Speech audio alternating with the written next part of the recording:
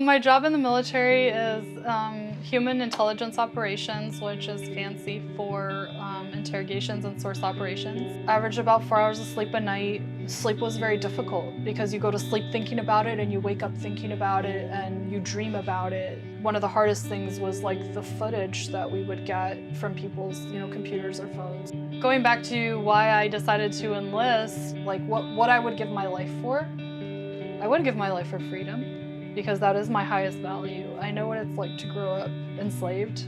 When I was looking for a job outside of the military and like what I could do, I didn't want a desk job. One of my friends kind of helped me see like, why not massage therapy? Like that's helpful, it's purposeful, you're helping people with their pain and stress.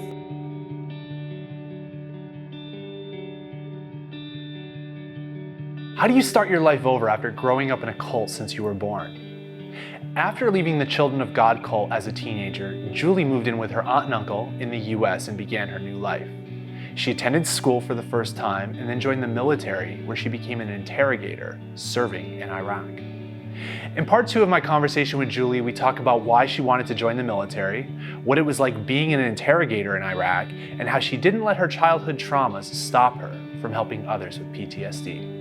You're now in New York, you're with your aunt and uncle, you're in college, your life is looking brighter. And I only lived with my uncle for about 8 months because they were very insistent on me getting a job and working and becoming independent. They realized very quickly that I didn't know anything from opening a bank account to getting a driver's license. There wasn't a lot that I was prepared for.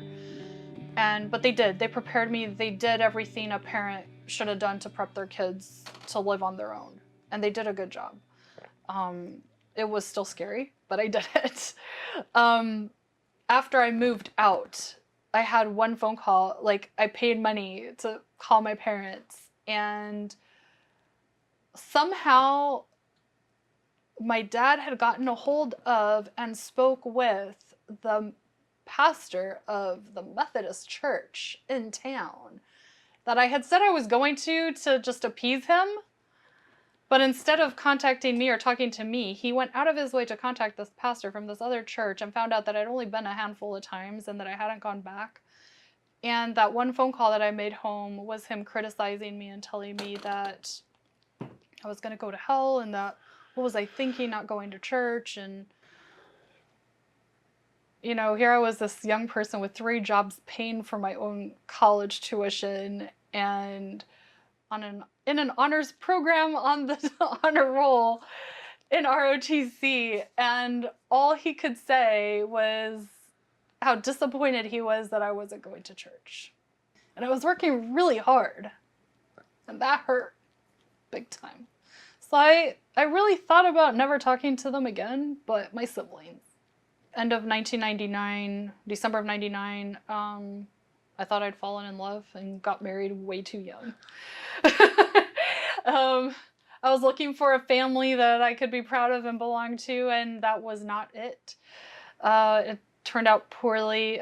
He became abusive after a few months. I decided that I was going to pick up where I left off. I knew at 16 that I wanted to be in the military. I always saw people in the military as being uniformed and put together and just able to handle anything.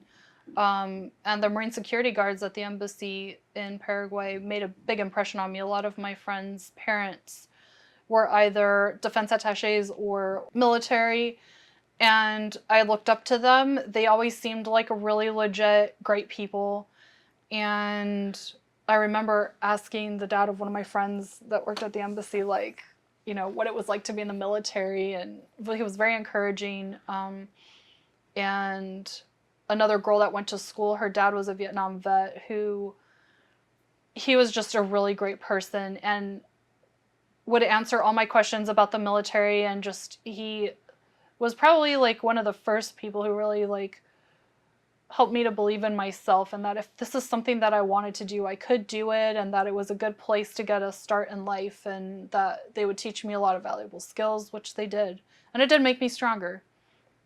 So when I moved to Illinois with my brother, I stayed with him for a couple months in his apartment, and then I enlisted. went to basic training in 2001. But I didn't contract because I felt like, I just came to the United States. And if I'm going to give my life for something, I need to know what I'm giving my life for. And even though I liked the idea of being in the military and being a soldier, and I knew that that's the type of work I wanted to do because I liked being outdoors, I also wanted to make sure that I was good for it. When I was getting my security clearance work done was when I found out that my dad had gone AWOL twice and defected. And so, there was this, motivation or drive for me to not be a coward like my dad. Up until then, all he had shown was cowardice. He ran away from the military. He ran away from his family. He ran away from responsibility at every opportunity. And I just felt like that, when I learned that, I was very, very ashamed of that legacy and just go to these classes. So I went to all of the classes, and I did some field trips or field training exercises. I went up to the military academy in Norwich, Vermont, and did the cold weather training, which was brutal, in the middle of February in the mountains. So I did a lot of that before I actually joined the military because I was in the ROTC program. My job in the military is human intelligence operations, which is fancy for interrogations and source operations. But I didn't really get to interrogate anybody until, or do any source operations until I went to Iraq. So December of 2006, we got the order for the surge. So things were pretty bleak in Iraq at the time. So we were my unit, 2nd Brigade, we were on DRB status. So we got the word everybody was recalled from Christmas leave.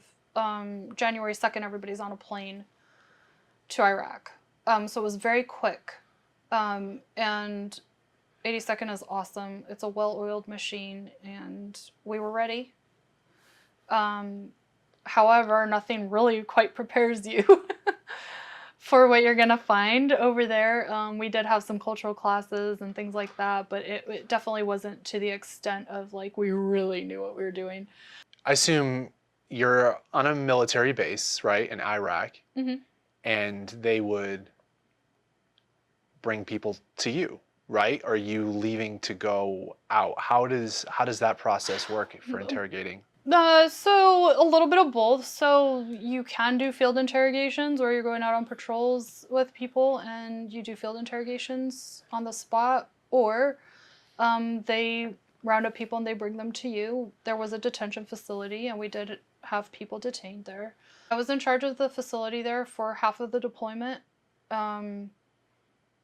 for our unit, and this was shortly after Abu Ghraib, of course. And so there were a lot of controls in place. We were getting inspected 3 or 4 times a month by everybody, from higher echelons to Red Cross to Amnesty International. You name it, people had some serious eyes on to make sure that there was nothing untoward happening. And it went as smoothly as it can go. We had a pretty good MP force. To my knowledge, there weren't any cases of abuse while I was in charge. I did get phone calls after deploying saying, because there were some investigations that were opened after I left, which I don't know anything about because I wasn't there. However, after Abu Ghraib happened and knowing that I was going to deploy, I made sure, that was one of my biggest fears, is that something like that could happen again. It was difficult because every so often you get a dignitary coming through and they think it's cool to sit in on an interrogation or to go out and do something cool. And it's not like that. And it's against law of warfare and Geneva Conventions to parade prisoners in any way, shape, or form. To me, I consider that. So saying no to a general or a civilian dignitary is very difficult. Average about 4 hours of sleep a night. We have 24-hour ops and we're deployed.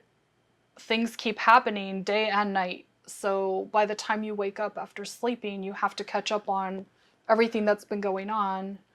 Sleep was very difficult because you go to sleep thinking about it and you wake up thinking about it and you dream about it. And I think one of the hardest things was like the footage that we would get from people's, computers or phones and like, or YouTube, seeing the people that we're talking to we've seen them try to saw somebody's head off, and it's never pretty, or raping someone. Were you making a difference? Oh, I'm sure that we made a difference. I don't know how good that difference was. I still wonder. Going back to why I decided to enlist after not having contracted in ROTC, like what I would give my life for, I would give my life for freedom, because that is my highest value. I know what it's like to grow up enslaved, very literally. And I do feel that people should have the freedom to do what they want with their lives. I'm conflicted sometimes with the fact that I don't think that we go to war necessarily for freedom. We go to protect our interests abroad many times, which don't really have anything to do with freedom.